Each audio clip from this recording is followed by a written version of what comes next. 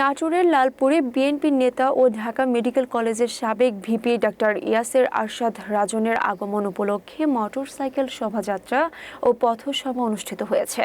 মঙ্গলবার বিকেলে বনপাড়া বাইপাসে ফুলের শুভেচ্ছা জানিয়ে নেতাকর্মীরা তাকে বরণ করেন। এরপর লালপুর ও বাগাতিপাড়ার বিভিন্ন সড়কে শোভাযাত্রা শেষে গৌরীপুর নিজ বাসভবনে পথসভা হয়। সভায় উপস্থিত ছিলেন ছাত্রদল, যুবদল ও বিএনপির বিভিন্ন পর্যায়ের নেতাকর্মীরা। ডাক্তার রাজন বলেন, গত 17 বছর ধরে আওয়ামী লীগ শাসনের দুঃসময়ে আমরা লালপুর ও বাগাতিপাড়ার বিএনপিকে ঐক্যবদ্ধ রেখেছি। আগামীতে সন্ত্রাস চাঁদাবাজদের কোনো জায়গা হবে না। সভা শেষে তিনি পিতার কবর জিয়ারত করেন। এই রাজনীতি করলে আমার তরুণ প্রজন্মের এই ভাইগুলা বিনা পয়সায় কোন চিটার বাটপার ছাড়াই একটা চাকরি পাবে। আমরা আছি তোমার সাথে, আমরা আছি তোমার সাথে। ভাই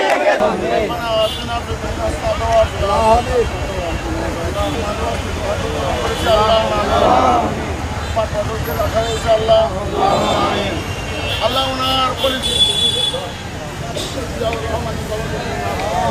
আলহামদুলিল্লাহ রাব্বিল আলামিন।